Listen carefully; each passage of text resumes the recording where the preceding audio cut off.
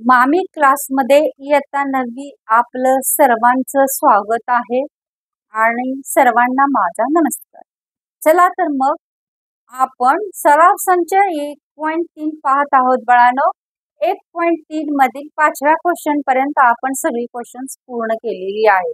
मला वाटतं 1.5 पर्यंत तुमचा अभ्यास तर केव्हाचाच कंप्लीट झाला असेल, कारण ठराविक वेळ ठेवून अभ्यासाला वेळ देऊन पुन्हा फक्त पुस्तकं पुढं ठेवून गणित सोडवत चला, म्हणजे स्वतःचा कॉन्फिडन्स वाढतो बाळांनो. गणित जिथं तुम्हाला सोडवण्यासाठी अटकतं त्यावेळेला व्हिडिओ चालू करून ते गणित पाहत चला, म्हणजे तुमच्या लक्षात येईल की या गणिताचं उत्तर काय आहे, कसं सोडवलेलं आहे. सुरुवातीला व्हिडिओ चालू करून त्याचा अभ्यास करत चला.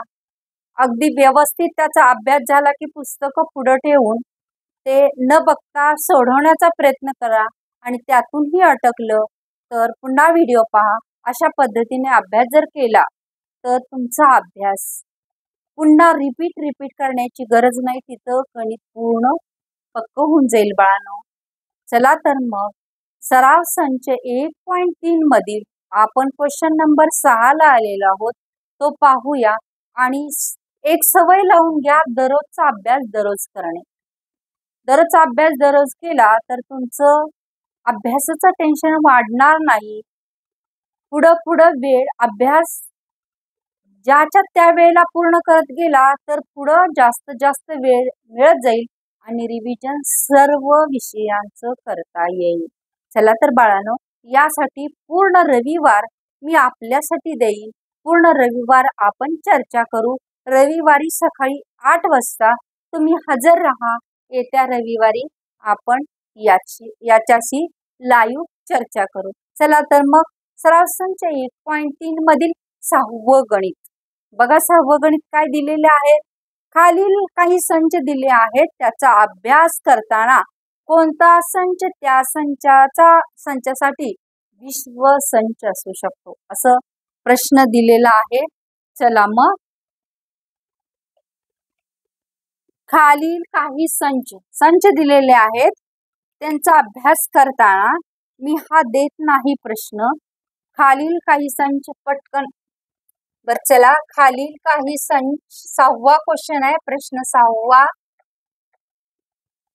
खालील काही संच दिले आहेत, त्यांचा अभ्यास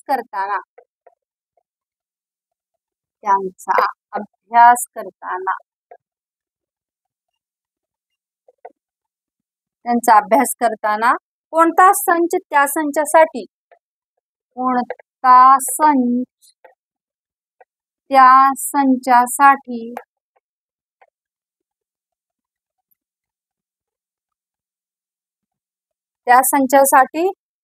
विश्वसंच घेता येईल असे विचारले. विश्वसंच घेता येईल असा काय विचारलेला इथं प्रश्न बघा. ए दिलाय 5च्या पटीतील संख्यांचा संच. ए काय दिलाय? ए बरोबर 5च्या पटीतील संख्यांचा संच. 5च्या पटीतील. बी दिलाय 7च्या पाढ्यातील संख्यांचा संच. 7च्या पाढ्यातील संख्यांचा संच. सी दिलाय 12च्या पटीतील. सी काय दिलाय? 12च्या पटीतील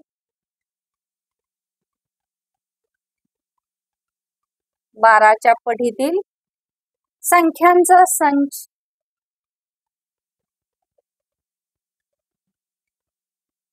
बघा, आता हे समजून घेणं फार गरजेचं आहे. मला सांगा, 5च्या पटीतील संख्या काय येणार? 5चा पाढा येतो की नाही? 5 एके 5, 5 10, 5 त्रिक 15 हे येणार. त्यानंतर 7च्या पटीतील 7चा पाढा येणार. 7 एके 7, 7 दोन्ही 14, 7 त्रिक 21 हे लिहू, पण समजावून घ्या. त्यानंतर 12च्या पटीतील म्हणजे 12, 12 × 20, 12 × 36, 12चा पाडा येईल. ह्या सगळ्या संख्या पाहिल्या तर नैसर्गिक संख्यामध्ये येतात पूर्णांक संख्यांचा आणि पूर्ण संख्या. हे 3 संख्यांचा संच आहे ना, म्हणजेच नैसर्गिक संख्यांच्या संचांना काय म्हणतो आपण? n अक्षराने दाखवतो. त्यानंतर पूर्णांक संच I या अक्षराने दाखवतो आणि पूर्ण संख्या W या अक्षराने दाखवतो. हे मी ऑलरेडी तुम्हाला अगोदर घेतलेलं आहे बघा. म्हणजे हे दिलेले 3 संच, या 3 संचापैकी कोणीही विश्वसंच असू शकणार नाही. हे तिन्ही संच नैसर्गिक संख्यांचा संच आहेत, पूर्णांक संख्याचा संच आहेत आणि पूर्ण संख्यांचा संच आहेत. इथं दाखवू उत्तर लिहिताना इथं पहा. नैसर्गिक संख्यांचा संच कसा लिहितो आपण? 1, 2, 3, 4 अशा असतील, बरोबर की नाही? त्यानंतर पूर्णांक संख्या कशा असतील? -3, -4, -2, -1, 0, 1, 2, 3 आणि 4. इकडं पण वाढत जाणार असतील की नाही? त्यानंतर पूर्ण संख्या कशा असतील? 0, 1, 2, 3, 4, 5 याप्रमाणे वाढत जाणारे असतील का नाही? नैसर्गिक संख्या 4च्या पुढे कितीही आपण मोजू शकतो. त्यानंतर पूर्णांक संख्या या कितीपर्यंत पण मोजू शकतो आणि ह्या पूर्ण संख्या आपण 0 पासून तयार होतात त्या अनंत असू शकतात. मग ह्या 3 याच्यामध्ये हे 3 येतात. म्हणजे हे तर संच काय दिलेले आहे बघा, 5च्या पटीतील. 5च्या पटीतील म्हणजे काय येणार? 5, 5 एके 5, 5 दुनी 10, 5 त्रिक 15, 5 चौक 20 अशा कितीतरी येतील 5च्या पटीतील. बी हा संच काय दिलेला आहे आपल्याला? 7च्या पाड्यातील 7 एके 7, 7 दुनी 14, 7 त्रिक 21, 7 चौक 28 असे कितीतरी लिहिता येतील. त्यानंतर सी संच काय दिलेला आहे आपल्याला? 12च्या पटीतील. इथं घेते बाळांनो, 12च्या पटीतील 12 एके 12, 12 दुनी 24, 12 त्रिक 36, 12 चौक 48 असं कितीतरी आपल्याला संख्या पुढं 12च्या पटीतील लिहिता येतील की नाही? म्हणजेच ए, बी आणि सी हे तिन्ही कोणाचे उपसंच आहेत? n, I आणि W. म्हणजेच कसं बघा, ए उपसंच कोणाचं आहे? n, I आणि W चा आहे. त्यानंतर बी पण उपसंच कोणाचा आहे? बी उपसंच n, I आणि W. आणि सी पण उपसंच कोणाचा आहे? n, I, W. या तिन्हींचा हा उपसंच आहे. मग मला सांगा विश्वसंच कोणता आहे? म्हणून या संचातील हे सगळे ह्या संचाचेच हे घटक आहेत ना, म्हणून विश्वसंच कोणता असेल? n, I, W. म्हणून वरील पैकी संच n, I आणि W ही वरील पैकी हे विश्वसंच, हे विश्वसंच किंवा संच, म्हणून संच n, I, W हे विश्वसंच आहे असं म्हटलं तरी चालेल. आहे ना सोपं? काय अवघड आहे का? कळालं ना का असं लिहिलंय ते?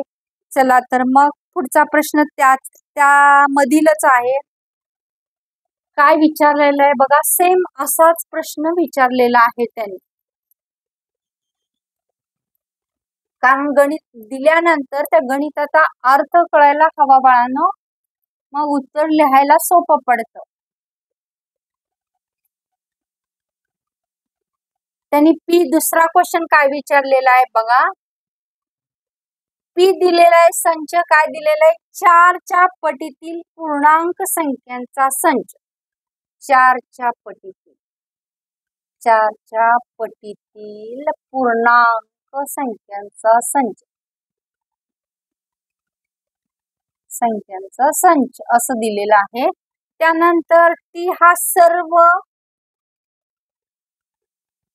सम वर्ग संख्यांचा संच, सर्व सम वर्ग संख्यांचा संच असं सांगितलेलं आहे. सेम टू सेम आता सोडवलं ना आपण, आता सोडवलं ना त्याच पद्धतीने हे गणित सोडवायचं. नैसर्गिक संख्या कशा आहेत? पटीतील संख्यांचा संच तेच विचारलेलं आहे. वरीलपैकी विश्वसंच कोणता घेता येईल असं विचारलेलं आहे त्यांनी. मग तोच प्रश्न विचारलेला आहे. मग विश्वसंच कोणता येईल? आपल्याला नैसर्गिक संख्यांचा संच उत्तर लिहिताना नैसर्गिक संख्यांचा संच काय येणार? 1 2 3 4 असंच लिहिणार आपण. त्यानंतर पूर्णांक संख्यांचा संच कसा लिहिणार? 0 1 2 3 4 असं लिहिणार ना. -1 -2 -3 असंच लिहू ना पुढं. त्यानंतर होल संख्या कशा लिहिणार? 0 1 2 3 अशाच असणार ना. मग इथं सांगितलंय पी हा 4च्या पटीतील पूर्णांक संख्यांचा संच. 4च्या पटीतील 4 1 4 4 2 8 4 3 12 असे येतील. पुन्हा टी हा संच काय दिलेला आहे? समवर्ग, समवर्ग संख्या 2चा वर्ग, त्यानंतर समसंख्या 4चा वर्ग 6चा वर्ग याप्रमाणे लिहिता येईल. 2चा वर्ग बरोबर, समसंख्यांचा वर्ग सांगितलेला आहे त्यांनी. मग हे संचातील घटक कुणाचे असणार आहे? NIW चे असणार आहे. बरोबर, काय लिहिता येईल? मग पी उपसंच कुणाचा असणार आहे? उत्तर इथं लिहिते बघा. पी उपसंच कुणाचा असणार आहे? NIW चा असणार आहे. त्यानंतर टी उपसंच कुणाचा असणार आहे? टी हा उपसंच NIW चा असणार आहे. म्हणून इथं विश्वसंच विचारला तर कुणाचा असेल? NIW चा असणार आहे. आहे ना सोपं, काय अवघड आहे का? नाही, हे त्याचे घटक आहेत म्हणून ह्याच्यात NIW हे विश्वसंच होऊ शकतो. चला तर मग क्वेश्चन पुढचा काय दिलेला आहे? वर्गातील सर्व विद्यार्थ्यांचा संच हा, अगदी लास्टचा क्वेश्चन बाळांनो.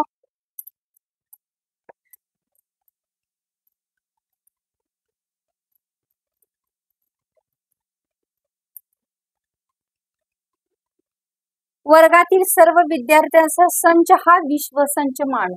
7वा आहे वर्गातील सर्व विद्यार्थ्यांचा संच काय मानायचंय? हा विश्वसंच, हा विश्वसंच मानू म्हणून सांगितलेला आहे. विश्वसंच मानू. गणितात 50% किंवा अधिक गुण, गणितात 50% किंवा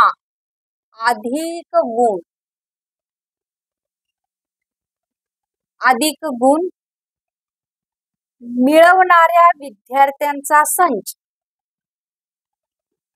मिळवणाऱ्या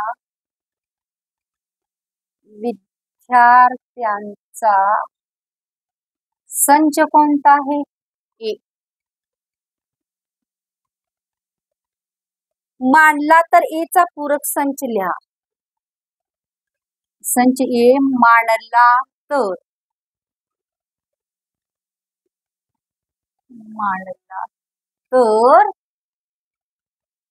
ए चा पूरक संच लिहायला सांगितलेलं आपल्याला. पूरक संच म्हणजे उपसंच असतो. पूरक संच लिहा. मग मला सांगा विश्वसंच कशाने लिहितो आपण? विश्वसंच कशाने लिहितो? विश्वसंच आपण U ने लिहितो.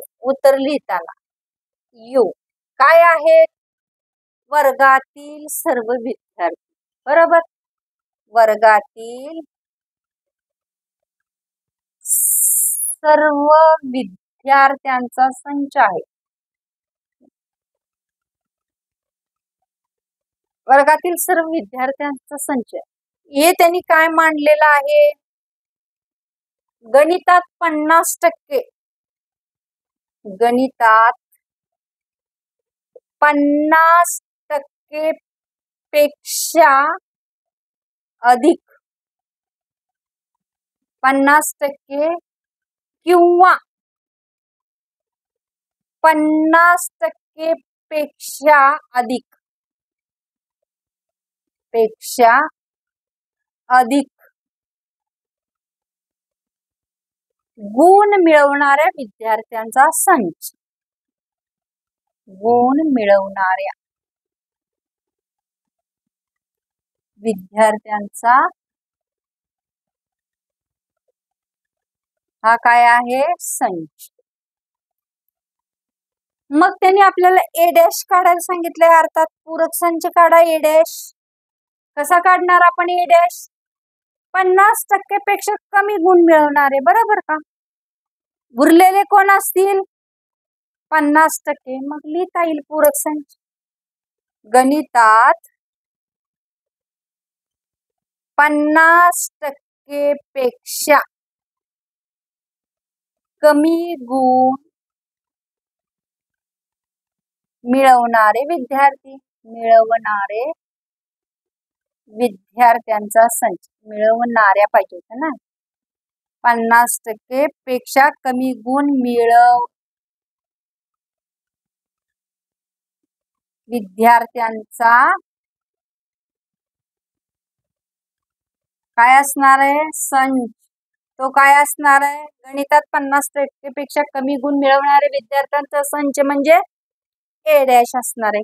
अशा प्रकारे आपल्याला 1.3 अगदी बघता बघता पूर्ण झालेला आहे. विद्यार्थ्यांना दररोज अभ्यास करा. काही अडचणी असतील त्या कमेंट्स मला कळवत चला. ते ज्या अडचणी असतील त्या मी तुम्हाला रविवारी लाईव्ह सोडवण्याचा प्रयत्न करते. तुम्हाला आवडतंय की नाही हे कमेंट्स केल्याशिवाय मला काहीच कळणार नाही बाळांनो. चला तर मग आपण भेटू पुढच्या भागामध्ये. एक लाईक, शेअर आणि सबस्क्राईब. चला, थँक्यू.